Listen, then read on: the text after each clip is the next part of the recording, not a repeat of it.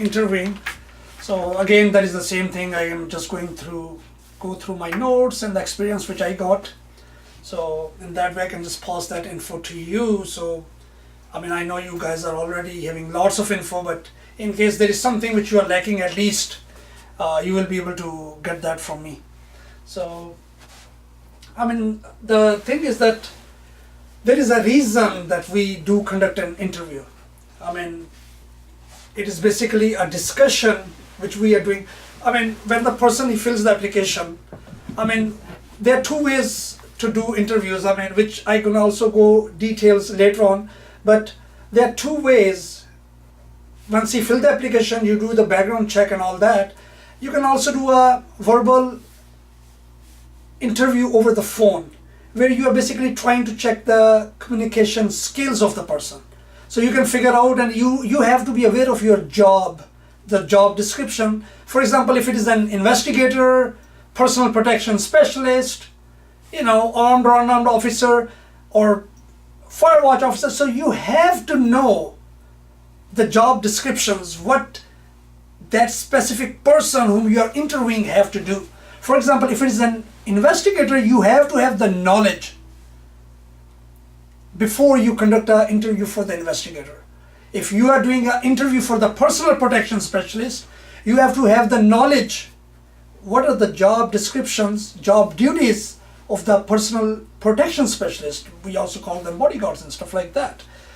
And if it is a fire watch officer, you have to know what are the job duties, job description of a fire watch officer. Same thing with armed or unarmed officer. What are the duties and job descriptions of armed and unarmed officer?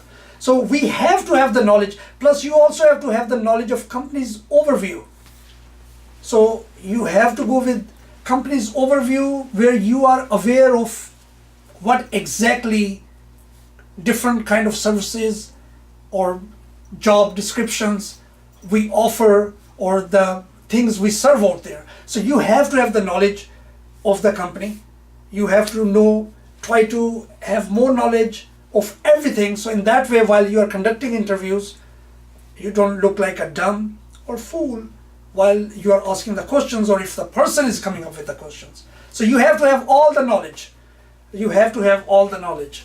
So basically, when we call them to the office for an interview, basically it is just a discussion which we are doing with that applicant. It is a discussion which we are doing with that applicant to gather more information. To evaluate that if he fits the job or not. So, and in that way we can also obtain the information through the questions we do. So basically that is a discussion which we are doing to gather more information from the applicant. And it is just a process of evaluation, a procedure of hire which is done by everybody nowadays. So the phone interview, that is a little bit different, and the phone interview is good. You are not wasting the time. If the applicant, when you're asking the questions, if it fill your needs, that's when you basically call the person in. So once he's in person, you can see lots of things like his personality, I mean, how he's behaving, and all these things. I mean, personality attributes, his thinking style. I mean, while you are questioning, I'm sorry.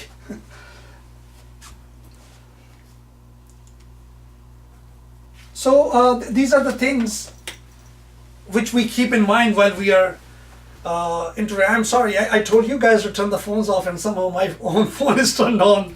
Oh, oh my God. Silent. Huh? Yeah, no, I think I have to do that. I thought I put it on silent, but no, sometimes important things come to you as a so that's fine. Director, so you have to respond. And so basically we are checking their thinking style. I mean, once that person is in person, because you did a phone interview where you are trying to figure out his screening, you are doing screening, plus you are trying to see his communication skills and all that. But once you are calling him in the office, basically you are looking for his personality attributes. I mean, and then you are also checking his thinking styles, the way he's thinking. I mean, that's what you are trying to gather and then his interest or her interest, the applicant's interest, what he's looking for. Those are the things which you are looking when you are having that person coming to the office. And again, like I mentioned earlier, before hiring, you as HR department, you must be aware of the job knowledge, which I described in the beginning, that you don't want to look fool. You have to have the company's overview yourself. So the job knowledge, and like I mentioned that I have a question that you mentioned 5 points, that investigator, armed, unarmed, personal. yeah, there are all other different fields, but these are the major ones which I mentioned. Can you just specific pinpoints few of the attributes towards each job? Now these are gonna go in the end, Okay. but again, what my main point by putting these points about investigator, personal protection specialist, and all that is, so in that way, because you can't just do one journal No, you interview with everybody. So you have to have the job information. So once it is an investigator, you have to have the knowledge of investigation. While you have to have full knowledge. You have to have the full job description, what exactly you have to do before you interview that person or that candidate. If it is personal protection, you have to have the full knowledge about personal protection specialist. What are his job qualifications, or what are the job descriptions, and if he qualify. So you basically, what I meant was that you have to keep these things in mind. So in that way, while you are interviewing, there is no issues, no problems, and you are specifically on that. Because, for example, if it is an investigator, you're not going to ask him the questions which you're going to ask a personal protection specialist. No. If it is a armed or unarmed or fire watch officer, you're not going to ask them the questions of an investigator. So basically, you have to have the knowledge of the job. What exactly that candidate have applied for, what he will be doing out there in the field. So you ask the questions based on what they have applied for. And the other thing is, you have to structure yourself. You have to organize yourself. You have to have the knowledge of opening questions, the close, and the follow-up questions. You have to have all that knowledge. Is there any specific questionnaire you have already developed for each and every position? I do have. I can probably provide you those samples which I do have for each job description. So while you guys are doing it, so at least you have knowledge of that. But is there somebody out there? No, I don't think so. Oh, okay. She's late? No, she wants to. Who's it? With the bag. Go inside. How come you're late? You see, she's late. You see, that's what happens. We already started, so you can go and sit there. Just go from the back and you can sit over there. Yeah, please close the door. No, that one. Yeah. Oh, okay.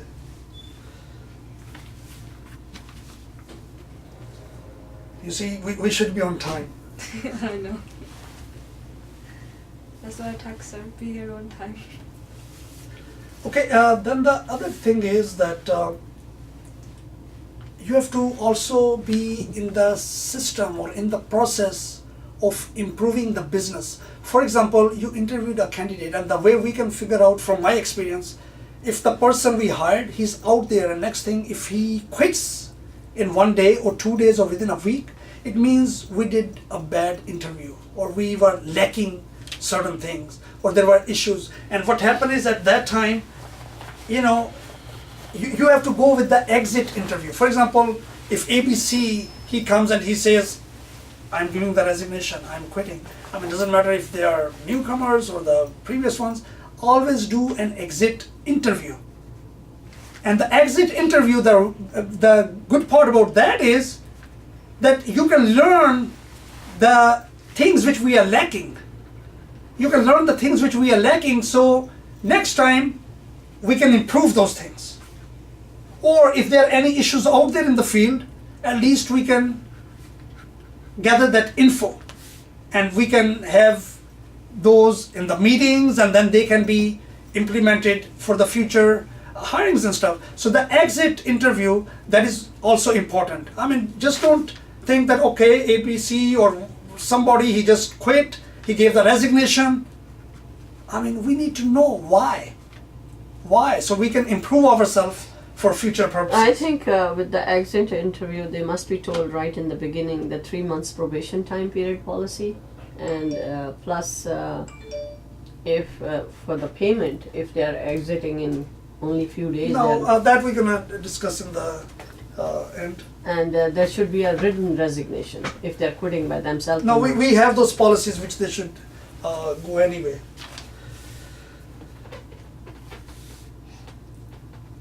Okay, there are two kind of interviews. One is structured interview. That is like she was asking me about if I do have something when it comes to investigator, personal protection specialist, armed, unarmed officers. So, you know, those are basically structured, where you have already prepared certain few questions. points, so then Okay, you go with that, and plus there is unstructured interview, which is basically you just go with your experience and knowledge, you just go and you know what to ask.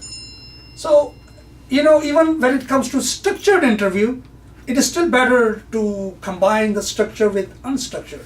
So in that way you can gather the more information and stuff like that. And even when you are doing the interview over the phones, you still go with the, you know, you're still checking their communication skills and all that.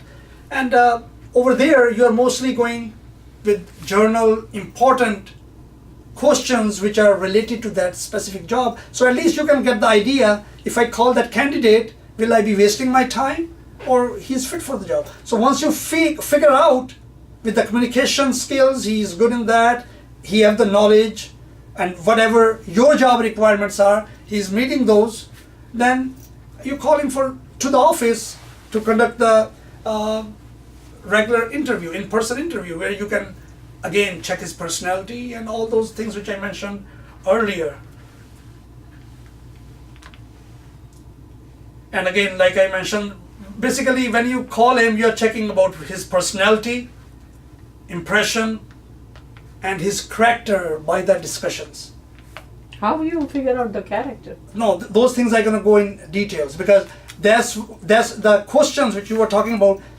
That's where you figure out, and those questions you prepare in such a way that you get all that info, and the question you prepare for the structured interview, they should be in such a way where the person have no option to lie.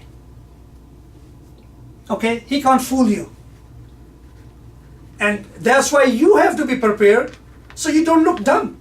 You don't look dumb. You have all the knowledge, all the info, and the questions you ask the candidate, I mean, he cannot come with any excuses, or you don't look like dumb, and he have to give the answers, and that's when you go to further other steps in order to evaluate that person. And the exit interview, that can be formal. I mean, it could be little or more time. It all depends what information you are seeking, which will be helpful. That's why you must be also in the operations. I mean, you should also be in touch with other managers and stuff like that, so they can probably bring those issues in the board meetings, so they can be, if they approve, they can be implemented for future applicants.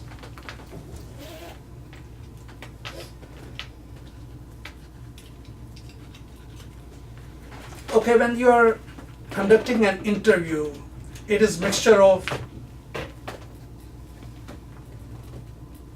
job-related questions.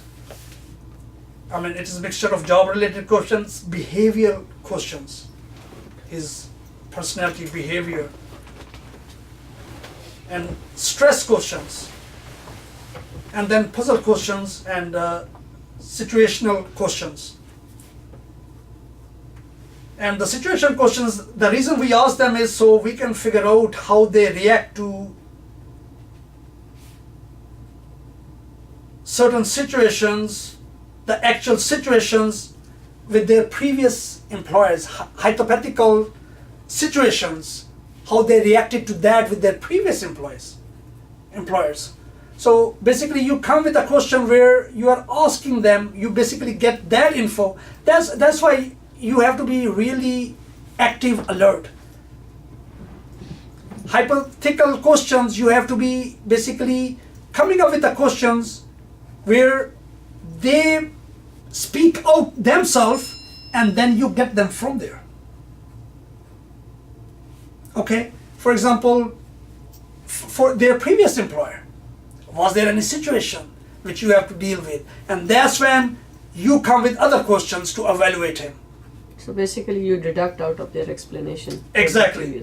Exactly. So, and when it comes to the job related questions, you come with the main duties. You have to be aware of the main duties and then you ask certain of those duties just to see if he's capable of doing those or not. If he's not, useless. So same thing with the situational questions. Basically you just, I'm gonna give you that sample, but you just come with different questions where it is related to their previous jobs and stuff like that, and you just keep getting them from those questions.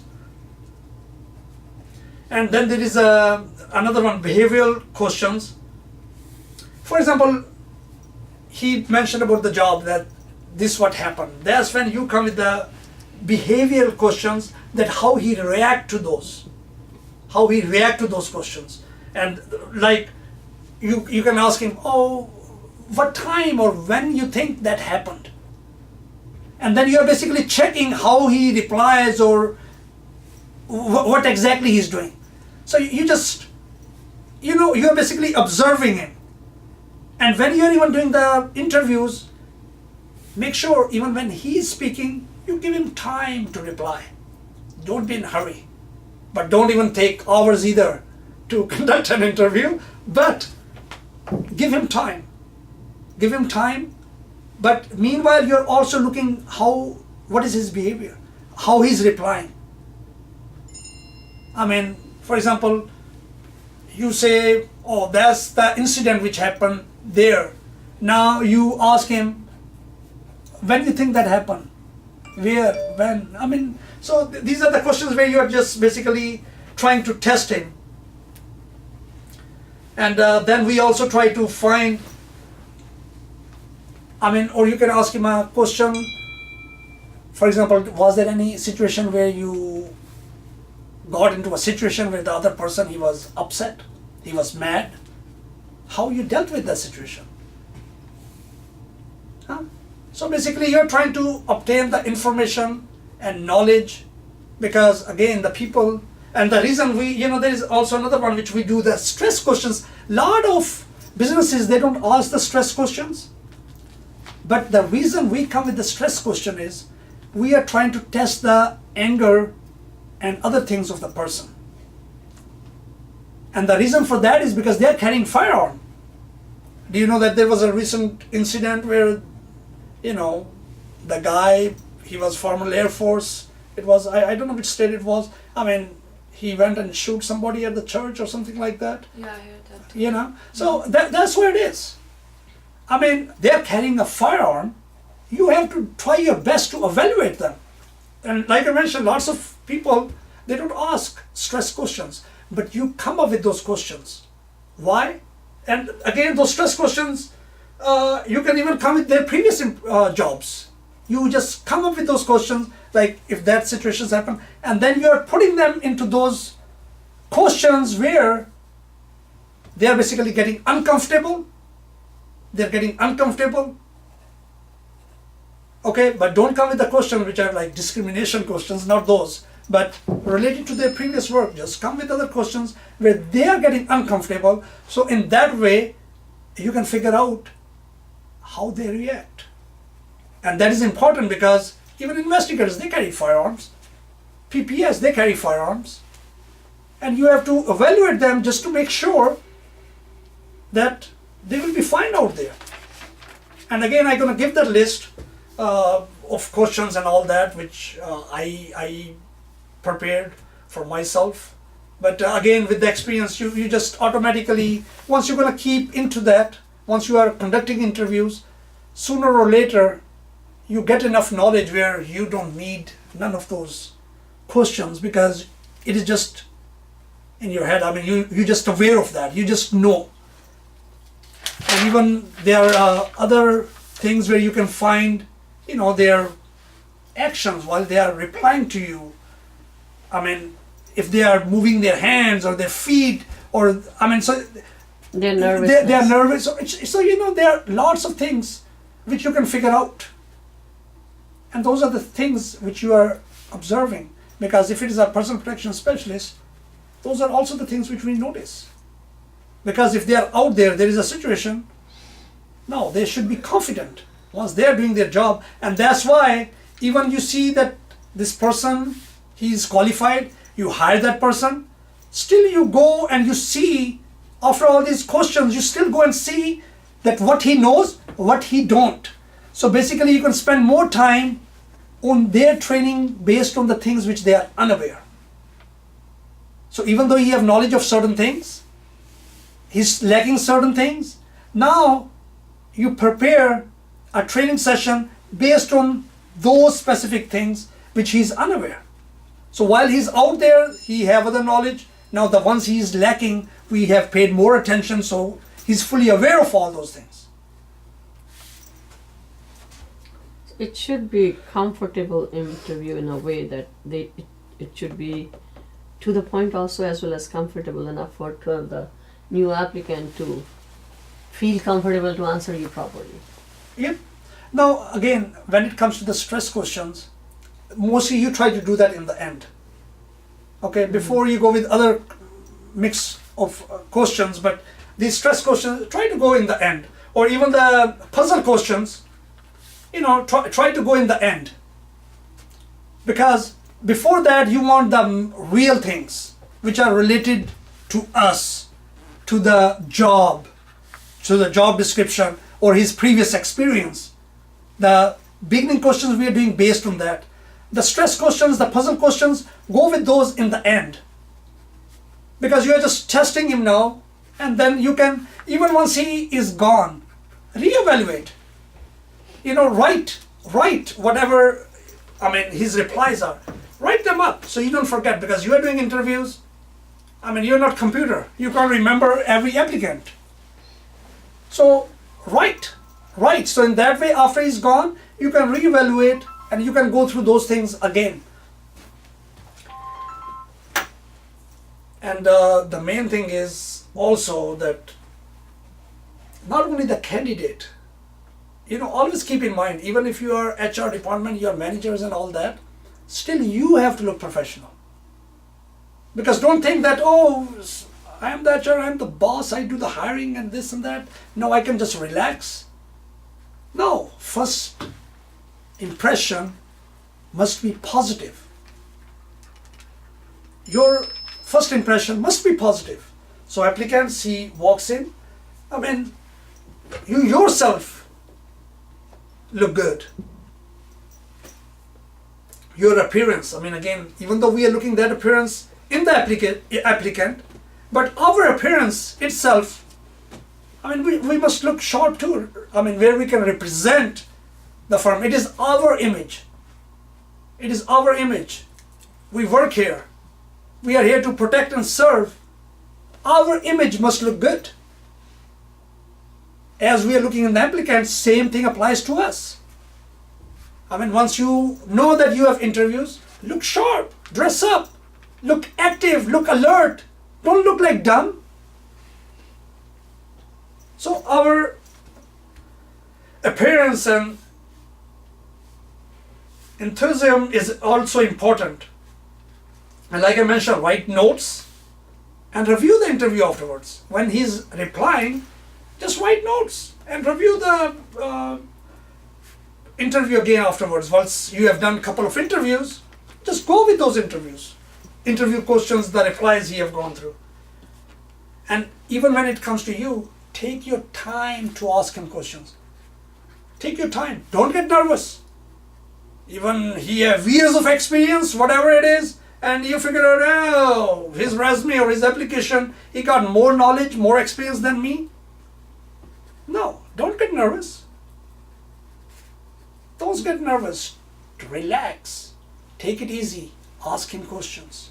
Before he comes, we must review the resume also. We should know who he is. So no, that I also mentioned. We have to know everything. I mean, that is the applicant where we have done their background, everything. That's why the interview is basically the step where we are calling in. I mean, before that we are doing other things, like even when they fill, we have talked to them over the phone. We can evaluate them a little bit. We have evaluated them from their application and all that. I mean, so we have done certain of those things as well. But these are important things which we are doing, because now we are interested to see the evaluations which we have done over the phones. Now the selective ones, we have called them in the office. Now those ones, we have to evaluate them more, and it is basically, we are just trying to get more info of that person, trying to see what he knows, what he don't, and if he will be able to fit the job,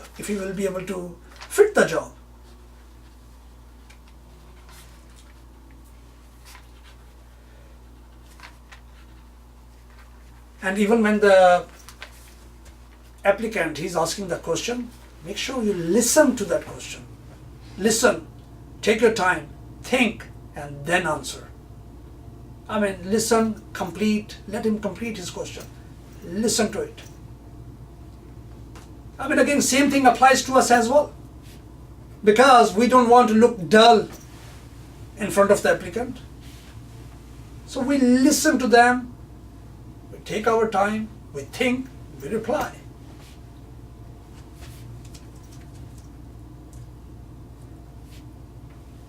And also, don't talk too much. When you have asked the question, let the applicant talk now. But if there are other issues, yes, go with that too, where you see he's wrong or there is some other info, go. Put your comments in there so he knows that you have the knowledge as well. So he knows that you have the knowledge of that job also.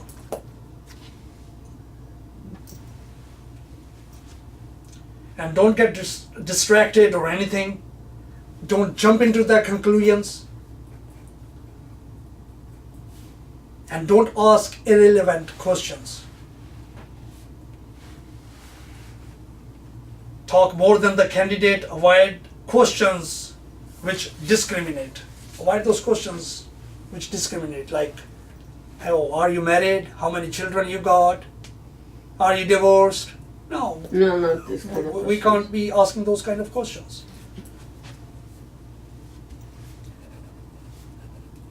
And once we conduct all those questions, I mean, and I'm gonna also get into that listings of questions which I'm gonna provide. But once we ask all those questions, and plus, get into more. That's why I mentioned in the beginning, you should be prepared yourself.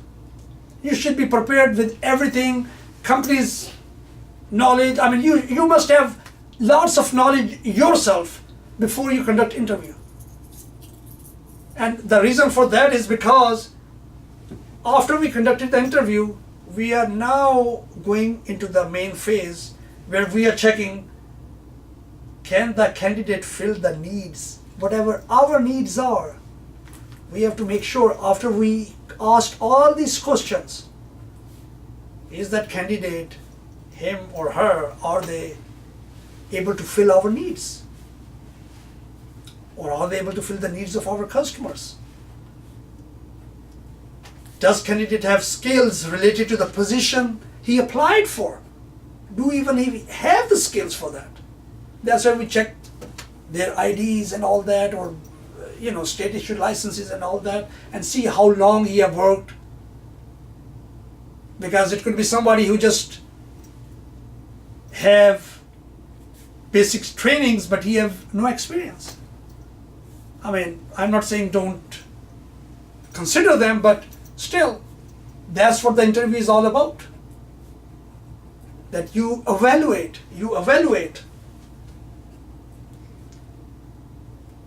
And you figure out if they have the knowledge. While you are conducting interview, you are also, with those questions in the interview, you are also trying to figure out if that candidate, he do have the knowledge of the field, of the position he's applied for. If it is an investigator, do he have the investigation knowledge? If he's unarmed officer, do he have that knowledge? If he's a person protection specialist bodyguard, do he have that knowledge? So that's why we are, with those questions and all those things which I was talking about earlier, all those things come down here to make sure he have knowledge, he have skills, and he qualified for the position he applied for. Minimum, he has to be a high school, right? No, it depends on the positions. Managers, they have to have at least bachelor's or master's.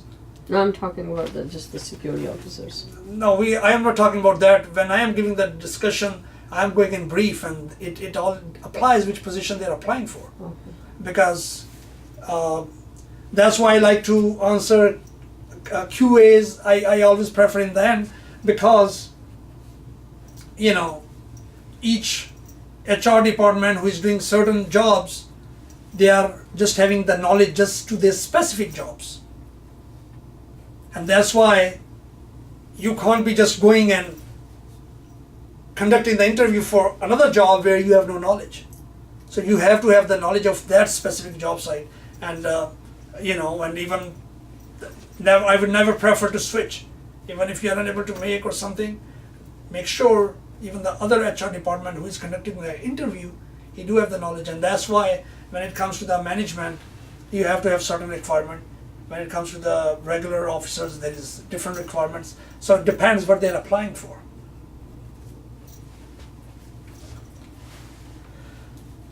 And then there is a, once we are conducting the interview, what we are also looking for, psychometric assessment. I mean, the alleged art he got, the facts which we got about him. And can the person fit the job? That is another thing we are looking for. Can the person fit the job? Not fit the job to the person. Remember, key thing. Why we are getting into all these conclusions? Just to make sure the person fit the jobs. He fit that job which he applied for. And that is called psychometric assessment, where he fits the job, not fit the job to the person. You don't just do the interview where you're, okay, he's not fitting the job, okay, fit the job to that person. No, you just make sure the person fit the job, not fit the job to the person. Never fit the job to the person. And even when you are conducting the 4 interviews, basically the reason you are looking is how interested that applicant is, how eager he is to apply. These are all the things which we are looking, and that mostly you do over the phone before you call them in person. In person, you are checking a whole bunch of things. When you are having the person at the office for an interview, basically you are going way beyond. You are trying your best to evaluate. And don't make quick decisions. Don't make quick decisions. Oh, he looks fit for the job, or let me just hire. No. Wait, take your time. Go with all the applicants. Don't make quick decisions. Don't make quick judgments. Don't make quick evaluations. Take your time. Even go with those answers again. Write your notes. Go with those. And even when it comes to the pay, make sure the pay is fair. You don't agree with the candidate where it is overpay or underpay. I mean, you have to keep in mind that the rate you are discussing, that is according to the outside market. So we cannot pay him over, we cannot pay him under. Because we don't want the worker or the candidate who came, if we pay him under, he's gonna basically think that either we are not interested in him or we are degrading him. We don't want to show them, and if we are paying them more, what it is showing, we are probably giving them a favor. So go with journal rate, what is given to you for specific job assignments, just stay within those. Don't go over, don't go less. And basically when you pay them, you are basically making them feel low self-esteem. The feelings about themselves, it is low. So we don't want a low self-esteem Yeah, where then they lose their interest, and then if Yeah. they find something else, they'll lose So, it. just it should be decent. And you already, mostly you have the rate list, what job pays. So you have all those listings, and we mostly go, and even over there, you just don't go over.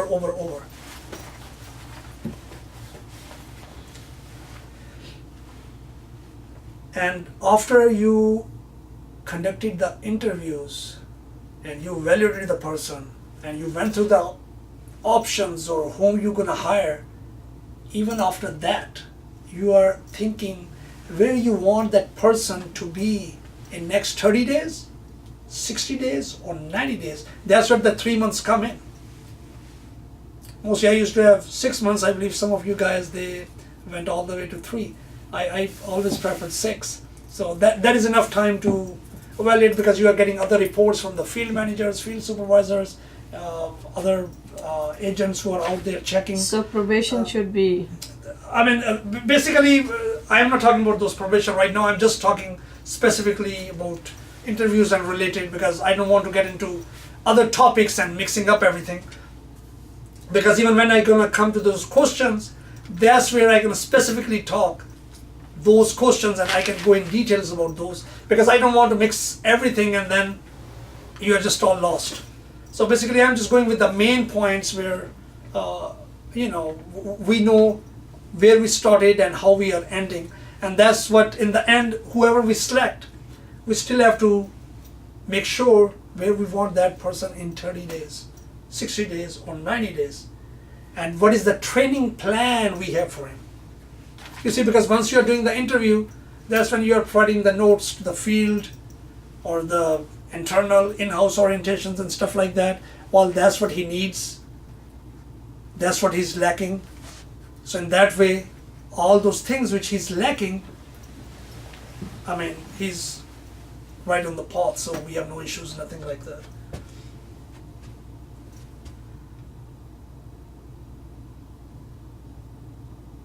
And even once they are hired, just make sure, keep regular sessions. I mean, keep in communication with those workers. So it is basically a kind of evaluation you are doing. Stay in touch with those workers.